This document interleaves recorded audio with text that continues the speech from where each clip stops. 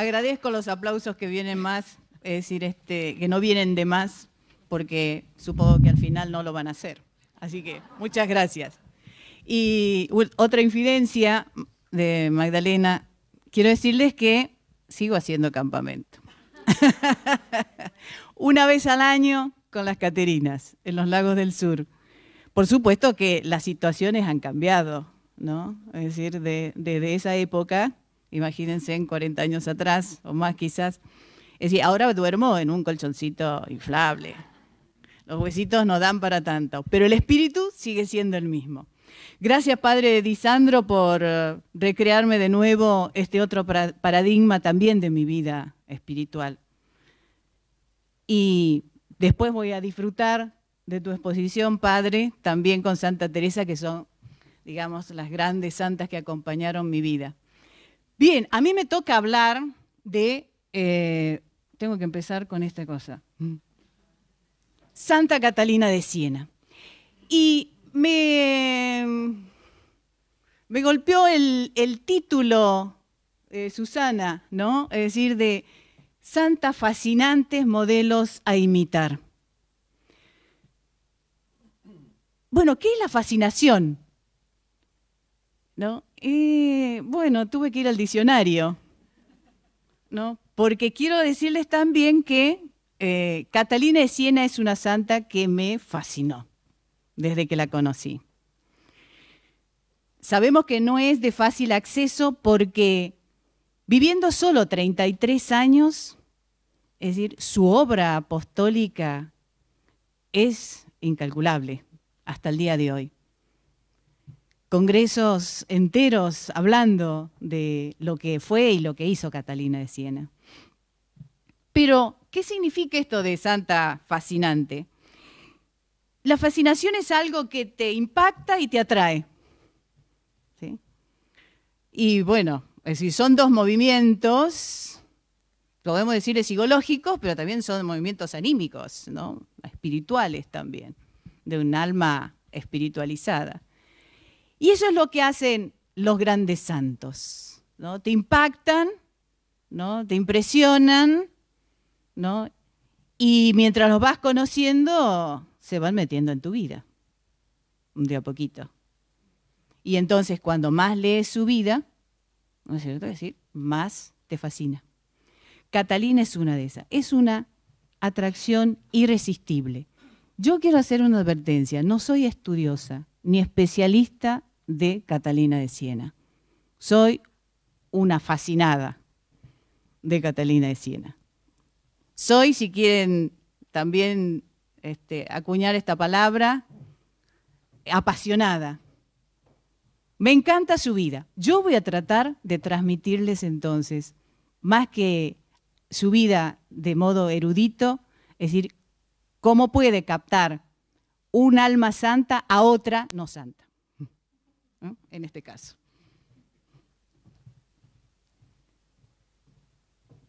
Y para presentarla de un modo figurado, es decir, traté de acuñar estos elementos que tiene su vida y su apostolado, que es mujer de la sangre y del fuego. Vamos a ver, es decir, de qué se trata esto a través de la exposición de su vida. Porque sangre y fuego fue su vida. A sangre y fuego fue su vida. Corta. Lo vamos a ver. Tengo que hablarles de una persona que es una antigüedad. Vivió en el siglo XIV. Nació en el 1347 y murió en el 1370. Cumplió, ¿cuántos años? 668 años el pasado 25 de marzo. Nunca nos olvidemos, el día de la Anunciación, las campanas del Duomo de Siena sonaban con esta festividad de la iglesia y nacía Catalina de Siena. Nacía con una hermanita gemela y eran la número 24 y 25. Evidente, no había reingeniería social en esa época. no había proliferación, vemos, de muchas cosas, que hoy sí sabemos, ¿no? Y es hija de un tintorero, que en esa época, bueno, era una profesión en el medioevo respetable, y de su mamá, que evidentemente lo que hacía era cuidar de su hogar, de los hijos, de los nietos, porque a los 24avo, 25avo hijo, es decir, era lo que se dedicaba su mamá, que se llama Lapa, y que también va a tener factor decisivo en la vida de Catalina. Pero su hermanita gemela muere. Y entonces queda ella. Y este episodio, ¿no? Hace que Lapa dedique mayor esfuerzo y tiempo al cuidado de la niña, que en sus primeros años era toda vivaracha, piscueta, ¿cómo le dicen acá? Bueno, una niñita, ¿sí? Bien, eso era Catalina de Siena, es decir, una niña, es decir, que vino acompañada de otra hermanita que murió, ¿no? Y que recibió toda la dedicación de su madre. Y acá también otro dato importante, de acuerdo a lo cual nosotros hemos estado escuchando, su papá era en realidad el hombre calmo y espiritual de la casa. Y su madre era la italiana, y había que llevar eso. Y había que llevar una casa que, si tenía muchos hijos, también acogía a muchos. Y su casita quedaba a muy pocos metros del santuario de Santo Domingo de Guzmán, por el cual pasaban cientos de frailes en esa época, diariamente. Muchos se quedaban a comer. Muchos de ellos fueron parientes, es decir, por hermanos y todo lo demás, ya podemos sacar los cálculos, de la familia Benincasa, que así era el apellido, es decir, de Catalina. Entonces, hablar de esta mujer, que ya dimos algunos pasos, es decir, significa meternos en un mundo del siglo XIV, es decir, y vamos ya acomodando también esta situación, ¿no? En donde nosotros tenemos que imaginarnos también cuál era la situación, ¿no?, social y política de la mujer. Yo he dividido esta exposición en estos parámetros para contemplarla a Catalina como una mujer de Dios, como una mujer de iglesia, como una mujer de su tiempo, y si tiene algo para decirnos hoy. Por eso insistí un poco en el túnel del tiempo de los 600 años, es decir, con el que nos separamos. ¿Por qué hablamos de que Catalina es una mujer de Dios? Me parece que esta imagen la define. Es una mujer que fue encontrada por Dios desde el vientre materno, por el episodio que acabo de relatarles, ¿no? Ya predestinada. A los 6 años, ella jugando con su hermanito por las calles de Siena, tiene una visión, ve sobre Santo Domingo, sobre la Basílica de Santo Domingo, a Cristo Rey coronado. Y a su lado a los apóstoles, Pedro, Pablo y al patriarca Santo Domingo de Guzmán.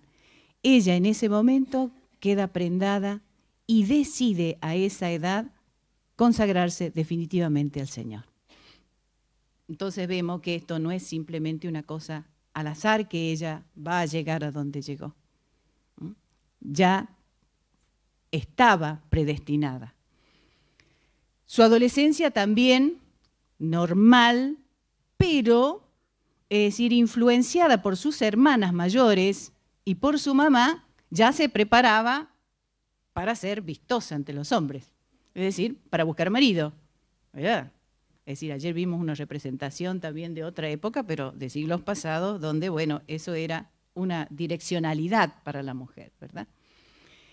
En su juventud, que vamos a ver que es la mayor parte de su vida, porque al morir a los 33 años, toda su acción apostólica la desarrolló siendo jovencita. Atenti a las jóvenes. Porque vamos a ver que a la misma edad de ustedes las cosas que hacía Catalina. Y a los 33 años se la llevó Dios. Completó ya acá su camino, su derrotero, y Dios ya que la había visto, la había predestinado, la había llamado, ya la quiso con él, definitivamente. ¿Por qué nosotros también podemos ver que ella era toda de Dios? Porque no hay una explicación, ¿no es cierto?, que a nosotros nos pueda dar elementos por los cuales entender que esta pequeña, joven, mujer iletrada, no sabía leer, no sabía escribir, llega a ser después reconocida como doctora de la Iglesia. ¿Qué pasó ahí? ¿Hay algún factor humano? Es decir, que haya hecho desarrollar, era un súper prodigio. Vamos a ir viendo cómo actuó Dios en ella. Acá en esta imagen ustedes tienen a Catalina con Jesús. Es una imagen preciosa que muestra esto que yo quiero tratar de explicarles. Mi explicación, digamos, ensombrece la figura. Pero atrás está la figura de la Catedral de Siena, ¿no?, que es una catedral, bueno, característica porque está hecha con blanco y negro. Y Catalina ahí reza el oficio con Jesús. Está simbolizado con los libros, un poco como para el artista, es decir, nos insinúa ahí, ¿no es cierto?, que, es decir, está leyendo el oficio. Pero en realidad ella era como que hablaba sola.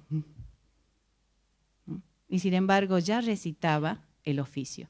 ¿Cómo aprendió esto Catalina? Quizás la frecuencia que tenía en la Basílica, es decir, de Santo Domingo, la presencia de los frailes que frecuentaban su casa, entonces las conversaciones deben haber sido todas girando alrededor de la Sagrada Escritura.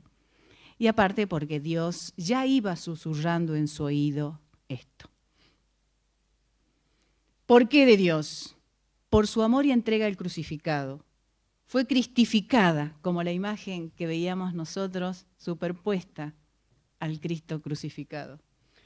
Anegada en la sangre. Ella tiene como una perspectiva de la salvación solamente si es bañada por la sangre del crucificado.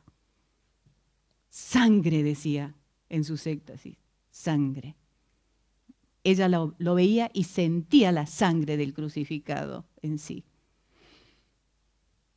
Se ocupó de las cosas del Señor, olvidándose del Señor de las cosas, y construyó, para preservarse del mundo exterior, una celda interior. La celda interior del conocimiento de sí mismo, que es el lugar a donde solamente estaban ella y Jesús. Después ella tiene una celdilla, acá en la foto es la celda de ella en su casa natal, en Siena. Ahí ustedes pueden ver algún elemento, por ejemplo, lo que está abajo como una red de metal, ese era su almohada. Nosotros ahora buscamos con plumas y cosas para la cervical, ella dormía ahí. En un cuartito muy pequeñito que su papá, como tenía esa dimensión espiritual desarrollada, ya había intuido que su hija iba por otro camino que el del matrimonio. Esta celda exterior a nosotros nos puede hacer asociar cómo era su celda interior. Bien, ¿por qué era de Dios? Dios estaba con ella, Dios hablaba con ella y Dios hablaba a través de ella. Porque si no, no se puede explicar todo esto. No hay una dimensión humana que haya hecho tal crecimiento. ¿Por qué de la Iglesia? Ella es hija directa del patriarca Santo Domingo de Guzmán. Ella, en cuanto hizo su consagración, es decir, quiso entrar a la orden dominicana como terciaria. Quiero decir que Santa Catalina, para los que no conocen, porque acá hay muchos expertos en ella también, es decir, no fue religiosa, fue laica. La Orden de Santo Domingo de Guzmán, desde la fundación, es decir, con el mismo patriarca, es decir, ha incorporado a laicos. Catalina era una laica. Y integró entonces también lo que se llama espiritualmente la familia dominicana, ¿no? En donde, es decir, ella encontró allí su lugar. Vamos a pasar esto. ¿Por qué también de la iglesia? Porque hay una figura que a ella la va a completar definitivamente, que es la iglesia. Si muero, muero de pasión por la iglesia. Eso es lo que solía decir. Y va a figurar a la iglesia como una navicella, ¿no? Como una nave, la nave de Pedro. Y la van a representar los artistas cargando siempre la nave. Ustedes pueden ver que va a haber siempre una nave con una vela, con el escudo pontificio, ¿sí?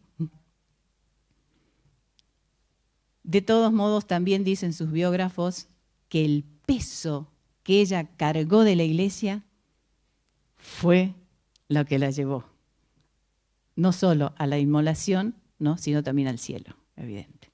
Bien. Y el Papa, para ella, era otro Cristo en la tierra, era el dulce Cristo en la tierra. Y se dirigía así al Papa: yo, Catalina, lo digo a vos, Cristo de la tierra, de parte de Cristo del cielo. Eso veía ella en el Papa. Y familiarmente le llamaba il mio babbo, que no tiene una traducción del italiano directa, pero que significa algo así como el papito. ¿Es así le dice? Papito, papaito. ¿Sí? Bien, a este Papa al cual ella visitó en Aviñón y le pidió que vuelva a Roma. En esa época totalmente, es decir, convulsionada desde el punto de vista político y social, a donde el papado se había establecido en Francia. Imagínense usted lo que esto significaba para la cristiandad.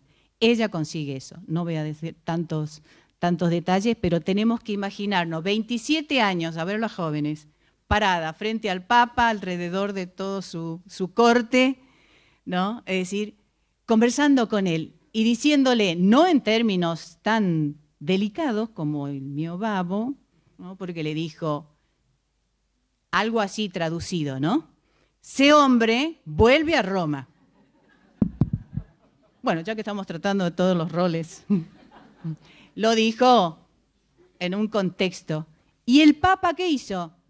¿Por qué le lleva el apunte? ¿Porque vino una jovenzuela a encararlo? Es una lectura tremenda. ¿Qué hizo el Papa? ¿Escuchó? Y por supuesto, vio ese escenario, una jovencita diciendo estas cosas. Entonces, a él lo conmocionaron. ¿Por qué sucede esto? Porque era Dios el que le estaba hablando. Y el Papa, asistido por el Espíritu Santo, supo interpretar eso.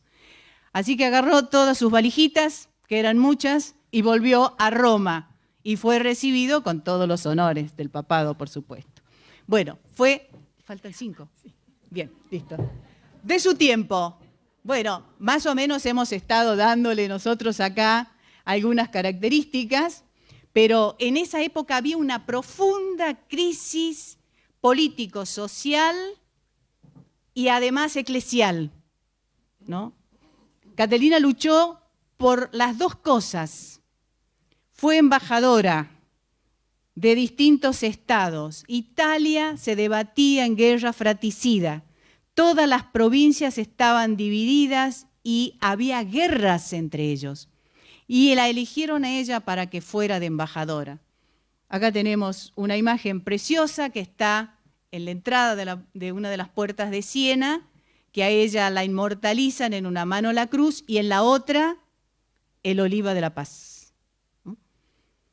Escribió, exhortó, imploró, exigió, tenía una prestancia y una fuerza cuando se presentaba ante los poderosos que bueno, ahí también estaba Dios.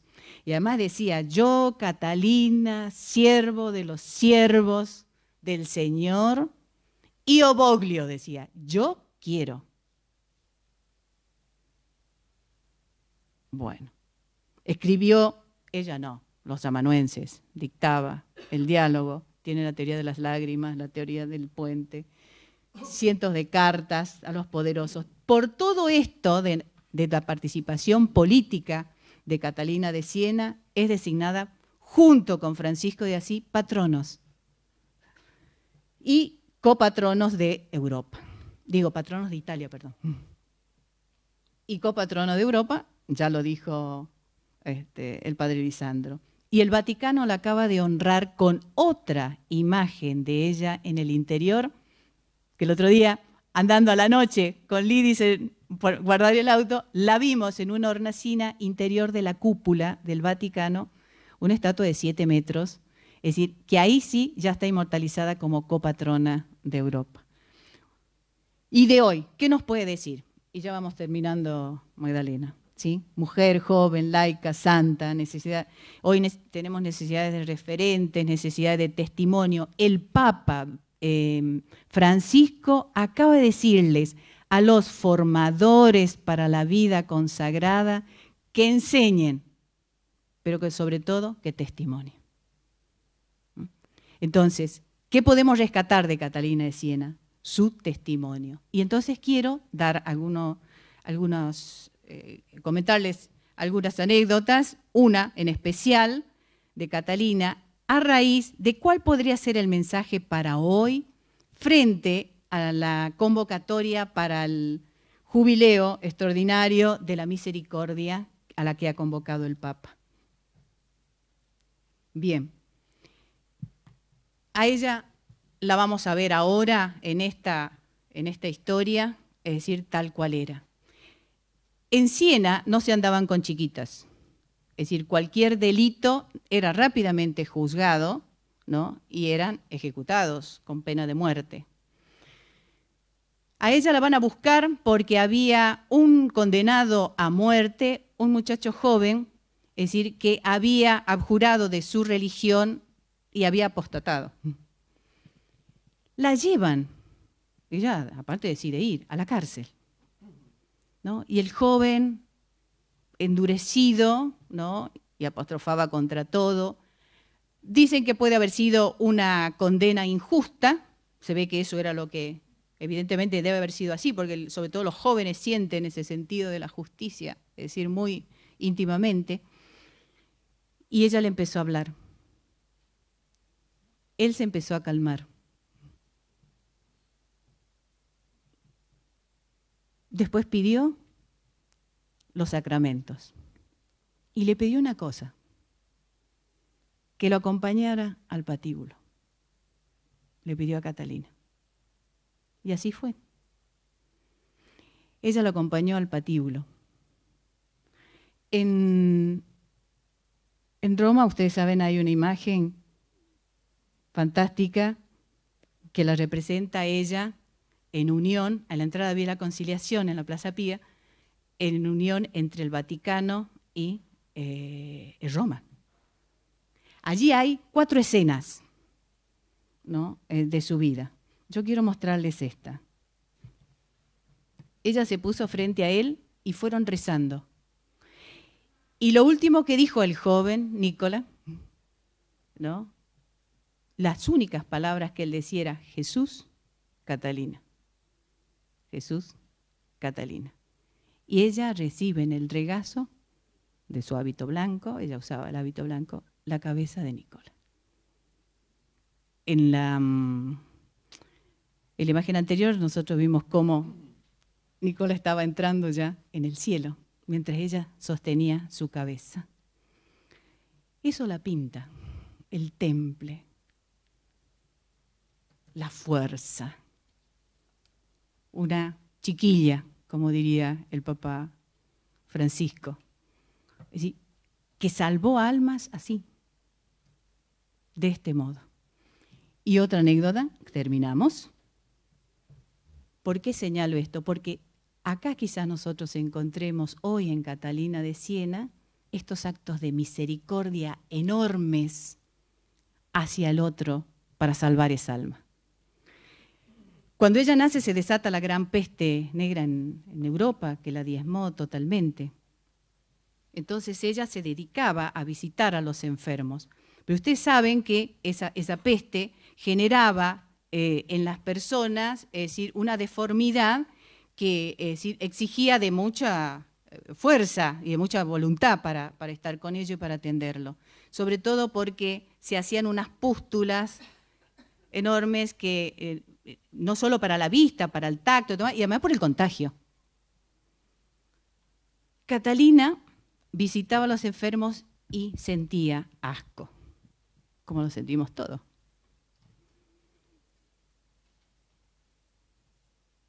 Bueno, ¿qué hizo? Descubrió las llagas de una enferma, acercó sus labios y lo besó. Porque ella estaba besando al Cristo crucificado. Nunca más tuvo asco. Digo todo también, qué ejemplo, qué testimonio para hoy en que cualquier cosa, qué asco, decimos, una cosa así, tremenda, porque ella veía el alter Cristo, el otro Cristo en ese enfermo sufriente. Lo que nos pide el Papa Francisco, ¿no? Entrañas de misericordia, acercarnos al enfermo, curar sus heridas. Dice que la iglesia es una carpa de campaña, así es, ¿no? De enfermos. ¿Cómo? Un hospital de campaña. Bueno, llamados a eso. Quizás por eso también esto de idear lo de la misericordia. Bueno, Catalina, mujer de la sangre y del fuego, el fuego del Espíritu, la sangre del Cordero. Jesús, por último, le dijo antes de morir, estruja mi corazón en la faz de la iglesia para limpiarla, para purificarla, ¿no? De todo lo que sucedía en esa época, de todo lo que está sucediendo ahora. Yo quiero que ustedes vayan haciendo esta comparación, por eso traigo. ¿Y qué es lo que nos deja Catalina de Siena? La santidad. Es santa, es grande, es patrona, copatrona, doctora de la iglesia, títulos con los cuales no solo la honramos, sino la veneramos. Santa. Ella marcó un camino para la santidad. ¿La imitamos, padre? Sí. Claro que la queremos imitar. Un chiquito, como dijiste. Doy 13 tips, medio tip, va alcanzando, en camino por lo menos. ¿Qué nos deja Catalina? Una joven, laica, de un protagonismo impresionante en la vida social, política y en la eclesial. ¿No será que hoy también nos está llamando a hacer estas obras de misericordia, de amor, de enseñar? Así que, como Catalina, que podamos servir a la iglesia y sobre todo al dulce Cristo en la tierra. Y me quedo y les dejo esta imagen de ella cargando la barca de Pedro. Gracias.